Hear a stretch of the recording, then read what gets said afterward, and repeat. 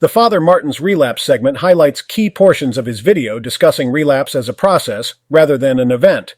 It focuses on emotional and spiritual hunger as part of this process. Participants are tasked with identifying their own relapse patterns, especially related to isolation, disconnection, and spiritual wellness. The group engages with Father Martin's teachings on the acronym HALT, hungry, angry, lonely, tired, concentrating primarily on emotional and spiritual hunger. Worksheets challenge participants to recognize the roles played by resentment, self-pity, frustration, impatience, overconfidence, complacency, depression, criticism of others, issues of trust versus mistrust, gratitude, prayer, and trusting the recovery process. Father Martin's Symptoms of Alcoholism is designed for self-assessment. It identifies 16 symptoms of alcoholism that patients use to recognize symptoms they have personally experienced. The overarching goal is to draw parallels between Father Martin's symptoms, alcoholism itself, and the DSM-5 diagnostic criteria for substance use disorder. The Chalkboard Talk Intellect over Emotion explores how emotional behaviors contribute to unmanageability. It covers using substances to escape emotions and alter emotional states to avoid discomfort. The Step 1 workshop, based on Father Martin's perspective, is an interactive exploration of the concepts of powerlessness and unmanageability. Participants receive worksheets distinguishing internal and external unmanageability and are asked to examine unmanageability's impact on their relationships. Step 2 with Father Martin discusses developing a belief in a higher power through the experiences of others, finding hope, and the role and effective use of mutual support groups. Finally, Step 3. Letting go of control shows Father Martin's teachings on the third step, prompting discussion around recognizing attempts to control the uncontrollable. Bridging the gap from man rules to the principles of recovery. Many traditional masculine norms, like not asking for help, suppressing emotions, and poor communication, can directly conflict with principles essential for recovery like vulnerability, acceptance, and open sharing. This workshop aims to help men recognize and challenge ingrained gender role beliefs that may impede their recovery progress and growth. You are a new freedom. The negative consequences we experience from active addiction can actually serve as powerful motivators for positive change in our lives. While undoubtedly painful, hitting life's low points due to addiction can provide the wake-up call and perspective shift needed to finally get clean and sober. The worksheets challenge participants to reflect on how the negative impacts of their addiction have paradoxically made them more hopeful and optimistic about their ability to change their circumstances for the better going forward. By taking an honest inventory of how addiction has derailed their lives, they can use those experiences as fuel for mustering the patience, courage, and resolve required to finally break free. The clip from Shawshank Redemption, where the main character finally achieves freedom after overcoming immense obstacles, serves as an inspirational metaphor. The famous line, "Get busy living or get busy dying," encapsulates the fundamental choice we all ultimately face: to remain shackled by the chains of addiction, or to start truly living a life of sobriety and purpose. With work and perseverance, it is possible to break through to the other side into a new freedom, living one day at a time. The film Groundhog Day highlights how active addiction often traps people in a repetitive, routinized cycle that feels inescapable, just like the main character reliving the same day over and over. However, by recognizing patterns and catalysts for change within that cycle, it becomes possible to break free of the exhausting status quo. Running from emotions. Forrest Gump's habit of literal running is used as a metaphor for how substance use allows temporarily running away from or avoiding difficult emotions. The exercises explore times when using served as an unhealthy escape, put one at risk, or provided a perceived purpose, contrasted with Forrest's ultimate realization that he needed to stop running and face life's challenges directly. The central theme seems to be examining how deeply ingrained personal, cultural narratives and coping mechanisms like emotional avoidance can paradoxically impede recovery, while examples from media illustrate these patterns and spark reflection on healthier alternatives. The 13 Truths highlight important life lessons from Matthew McConaughey about defining your own success, persevering through difficulties, staying true to yourself, and continually moving forward. Worksheets for the patients to explore their own 13th truths are provided, followed by an open discussion. The terminal uniqueness concept, exemplified by a movie scene, cautions against thinking you are exempt from facing negative consequences that others experience when engaging in harmful behaviors. The Moving Forward group focuses on the mental and physical benefits of self-forgiveness. Through a symbolic letting go exercise of writing down burdens and burning them, participants learn to release resentments from the past and focus their energy on the present and future. The overarching goal is for patients to recognize their shared experiences, move past perceived differences, and take steps towards personal growth, healing, and making positive life changes. Recovery in Reels is a therapeutic program centered around the book by Ted Perkins. It provides an interactive study guide that analyzes the top 20 films depicting stories of addiction and recovery. The core purpose is to facilitate group discussions evaluating the messages and themes present in these cinematic works within a supportive therapeutic setting. By deconstructing the narratives through a critical lens, participants can gain deeper insights into the experiences and challenges surrounding substance use disorders and the recovery journey. This multimedia approach aims to promote self-reflection, connection with others' stories, and extracting wisdom that can aid in one's own healing process. The Powerlessness Workshop takes an insightful perspective by framing powerlessness not as the core problem of addiction, but rather as a vital part of the solution. Its purpose is to challenge the stigmatizing views that addiction stems from moral failings or personal weaknesses. Instead, it aims to shift the narrative toward one of hope. By accepting certain limitations, individuals can empower themselves to enact meaningful change.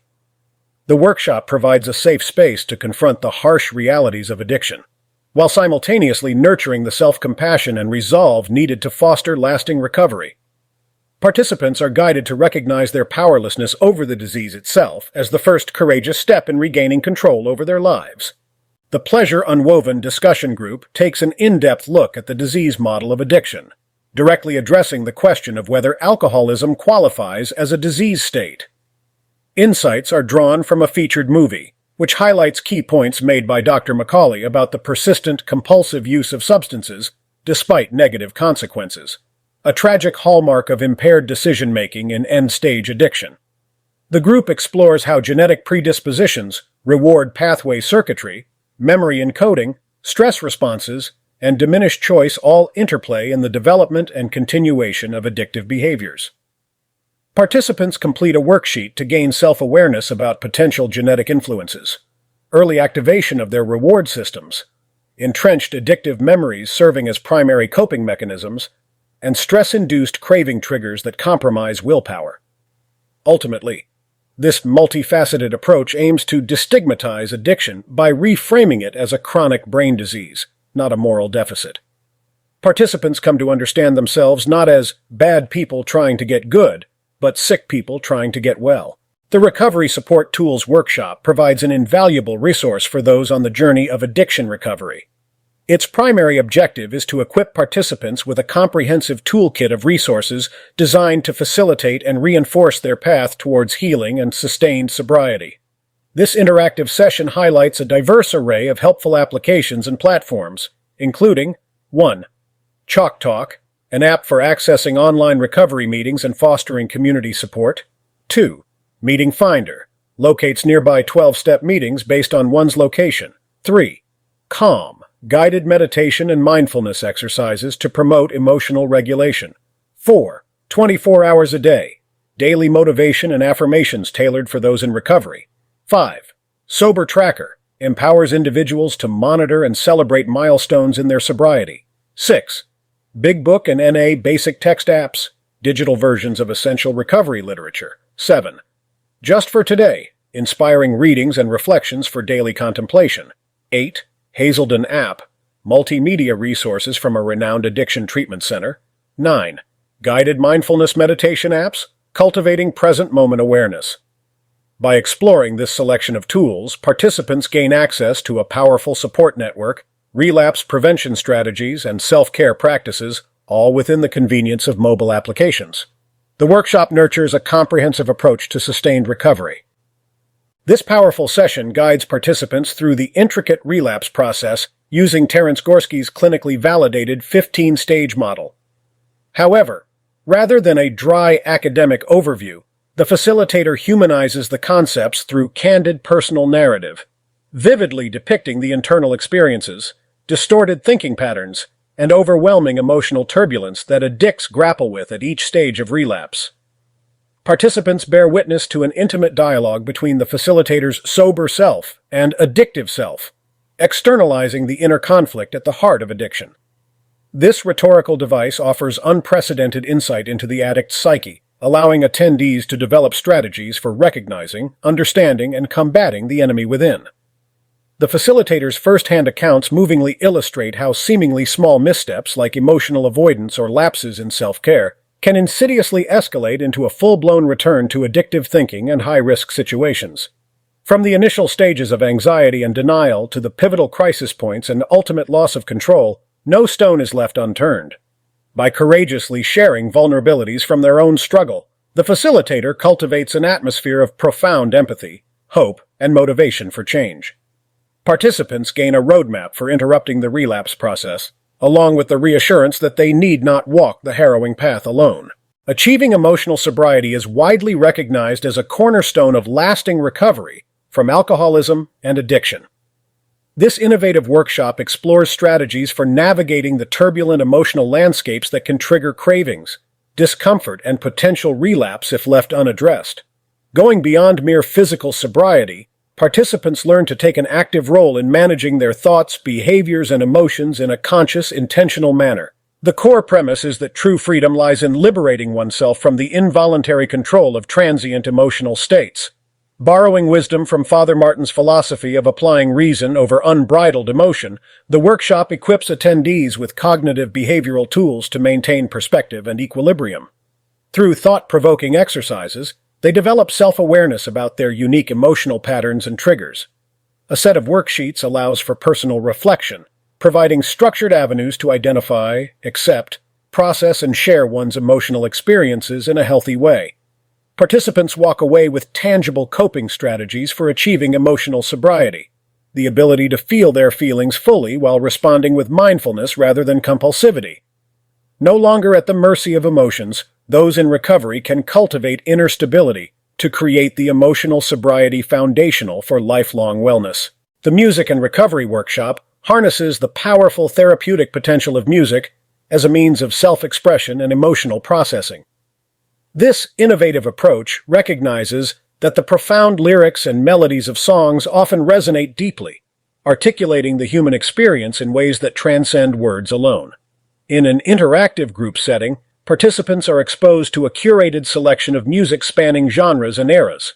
However, the facilitator refrains from imposing predetermined meanings. Instead, each attendee is challenged to listen inwardly, identifying personal connections that the music evokes within them.